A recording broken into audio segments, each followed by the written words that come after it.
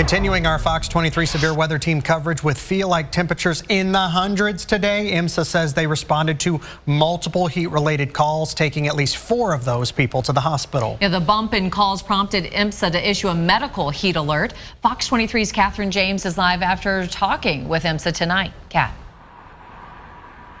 Shay and Rick, EMSA says that anytime they get 5 or more heat-related calls, they issue a medical heat alert. And most of today's calls came in during the hottest part of the afternoon. Between about 3 and 5 p.m. in the afternoon, we saw a surge of heat-related illness calls. Adam Paluca with EMSA says paramedics ran on at least 6 heat-related calls. He says 4 of those people had to be taken to the hospital because their symptoms were so severe. Paluca says heat exhaustion symptoms can include nausea, headaches, and severe fatigue. He says to get cooled off and hydrate immediately. Heat exhaustion is something that usually can be treated relatively quickly.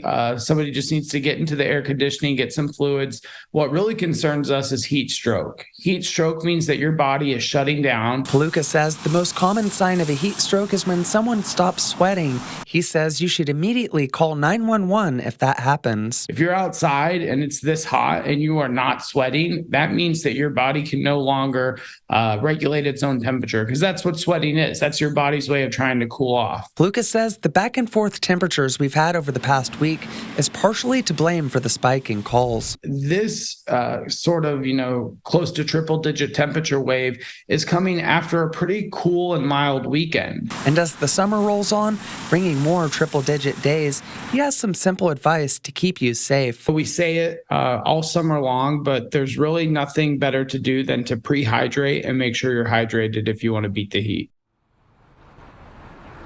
Now, if you see someone experiencing a heat-related illness, get them cooled off and get fluids as soon as possible. If it persists or worsens, call 911 immediately. Reporting live in Tulsa, covering news that matters, Catherine James, Fox 23 News.